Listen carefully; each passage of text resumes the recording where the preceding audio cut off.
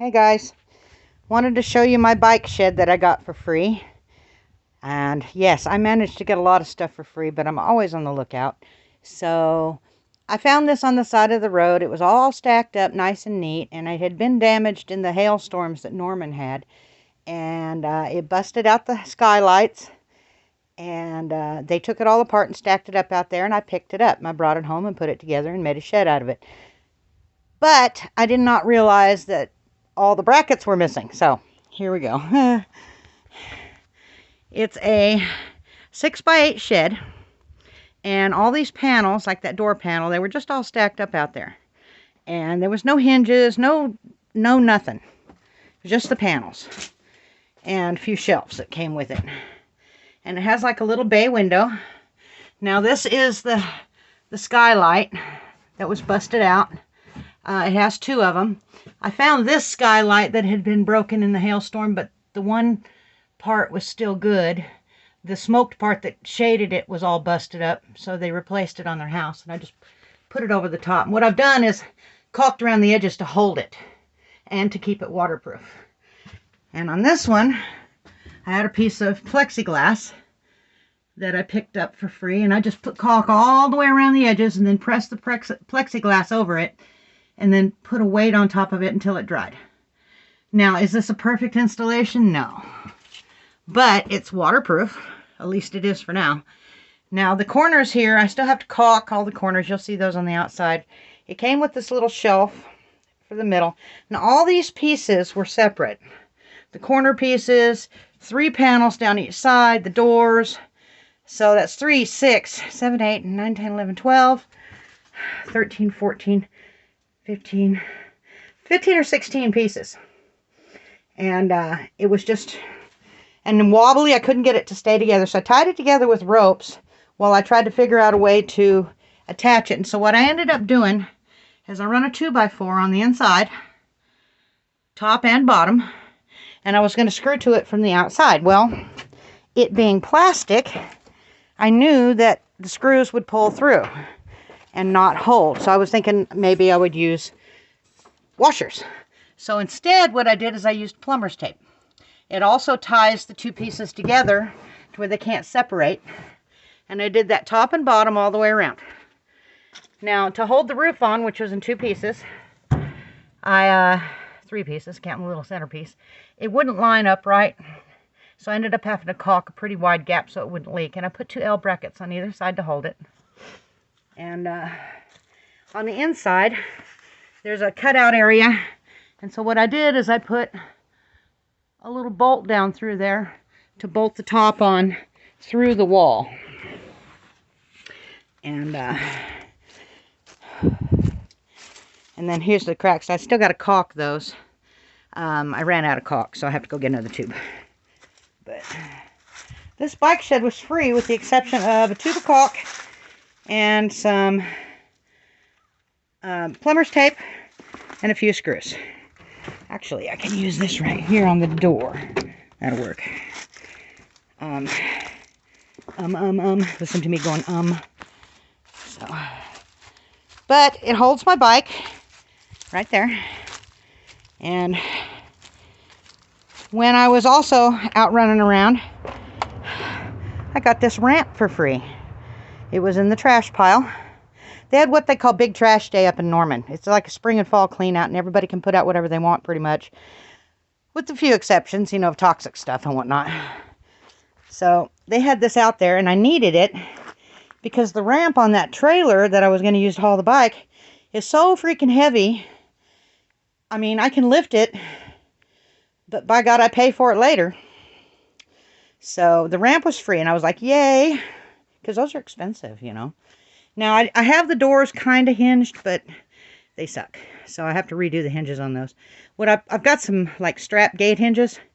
What I'll do is I'll drill holes through it and put a plate on the backside to clamp the doors and clamp the hinge to the wall. And then that'll work. So, without getting it in a bind. It kind of gets in a bind right now. But this thing's solid, I mean, yeah, I can move the roof, but the whole shed doesn't move, This thing's real solid. it's real hard to move. I mean, I was pushing on it a lot. And of course I have my firefighter calendar, of course. And this is my girl shed, my girl cave, right? And I've got a bunch of stuff in here like cans, canning jars.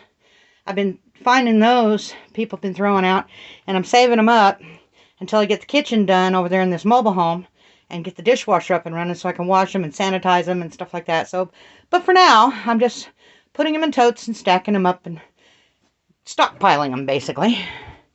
And these two toolboxes, now this one and this one went together. This came separate and that came separate. But they were free. They were throwing them away. So I picked them up. I needed some toolboxes to put my stuff in anyway. And I don't have these organized yet because I'm right in the middle of using all my tools. But as soon as I get my projects finished, then all the tools are going to be going in here. And they'll be nice and organized to where I can find them. Which is a huge issue, you know, when you're looking for your tools and you can't find them. It just kind of sucks. So, now in those buckets, it's dog food. I scored about 8 or 9 bags of dog food. So, some of them weren't very big bags. But then a couple of them were great big 50-pound bags like that pedigree right there. So, and then that trash can's full of dog food. But this roof was leaking. So I had to caulk it really good. And then here's the bolts from the outside to hold the roof on. I had to drill up from underneath so I could get the hole about right and then run the bolt down through there so that it would keep the roof on in case the wind came up. But it's protected on 2 sides with the mobile home and with that travel trailer from the wind. And most of the wind comes from the west or the north. So it's pretty well protected as far as wind goes. The floor is got 2 corners broke. There's a little corner broke off over there, and then opposite's another little corner. But that don't make any difference. The floor sags a little in the middle, so sometimes it's hard to get the bike out. But I'm going to put another piece of plywood right there. This plywood right here is for 2 things. 1, to walk on, and 2, to put my kickstand on, because I don't want... Because plastic, you know, degrades over time and gets brittle. And since these broke... The corners broke, I thought maybe the plastic might be getting brittle. So I put the plywood down so that the kickstand doesn't punch through the floor. And, but yeah, I got this 8 by 10. Well, 6 by 8, excuse me. I'm sorry. It's a little longer in the middle with the bay window, but not much. But the main floor area is 6 by 8. And it's big enough for my bike and a bunch of other stuff I've got stored for now. I'll be cleaning all these jars out as soon as I get the mobile home up and running. And then that'll open it up in here for other things that I need to put in here. Oh, I also got 4 of these really nice chairs. And they're not tore up or messed up in any way. So, they are nice chairs. There was 4 of them. And then I got 1 good Coleman chair too. People throw away the strangest things. I mean, they really throw away some good stuff sometimes. And if you're just picky when you're out looking and don't just pick up pure junk, make sure that everything is usable. Now that's my criteria. Can I use it or can I sell it? And if it doesn't meet those 2 criteria, the 3rd criteria is, do I have somebody that can use it? I've got to fix my tire. And but yeah, I got a free bike shed. And I needed a bike for the winter for my motorcycle because, you know, it's an expensive motorcycle, right? And who wants it out in the weather? And yes, I have that bike cover right there, but I don't want to leave it out in the weather. So I pull it in there. And it's going to work just fine for that. I've been storing it in there for the last couple of months. And I just thought I'd show you the bike shed. I'm starting on the mobile home tomorrow. I got to build on the back side there. There's the well. And I got to build a little well house around it and insulate it. And then I'm going to start on the skirting. Oh, you see this thing right here in the middle, right here? That is a smoker. It's a real expensive Cook Shack smoker that somebody was just throwing away. And it's heavy. It was all I could do to tip it into the trailer onto its back and scoot it into the trailer. And then getting it out was a total marathon. But it came with that cover, even though the cover's split. But the auger that brought the pellets in for the smoker is all froze up because they left pellets in it, and I guess it had gotten rain, or maybe it was just even, you know, ambient air moisture, humidity, caused them to swell, and then they stuck and solidified, and I can't get the shaft out. The motor wants to turn on that turns the auger, but I don't know yet if the heating element works. I don't know if the thermostat works. I don't know any of that yet. But I'm going to clean that out. And if worse come to worse, I can pipe through that hole right there. I can make a little firebox off to the side to cool smoke. And I can pipe the smoke up into there. So it'll work one way or the other. And it's stainless steel. And it's got all those racks, but they're rusty. So I need to try to find some racks that are not rusty. That, or I'm just going to have to hang everything without putting it on an actual rack, because I'm not putting food on those nasty things. Not food I'm going to eat. If I was feeding it for the dogs, it might be one thing. I mean, you know, and I'll clean them up, but I know that they're not going to come clean and be shiny and new looking again. They're going to stay rusty looking. But I will clean them up just for drill. And then I got this really nice commercial infrared grill. And it wasn't rotten. You know, most of the time grills, the bottom rots out of them. But this one here was not that way. And I took the pieces out. I'm fixing to put them back in, which is why I'm going to go ahead and pull the cover off to show you the grill. So I found this cover at a different place. The cover that came with it was that one, but it was old and nasty. So, but this cover is a nice cover, and it goes all the way to the ground. So, which will keep my grill nicer. Because I didn't have a grill, and you need a grill, especially if you're preparing.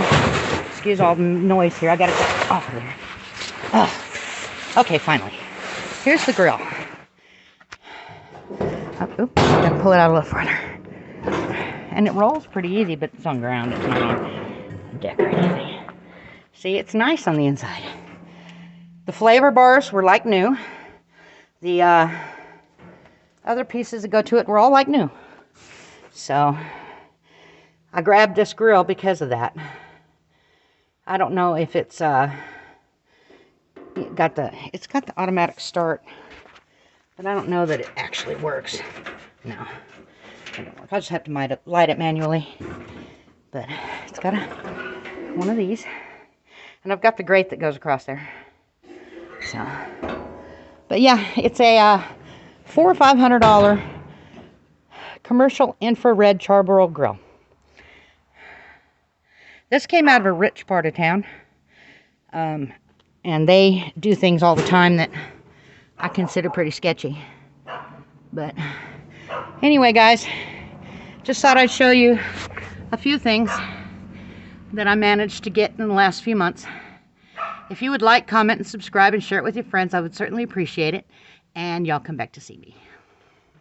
I'm just going to turn this off.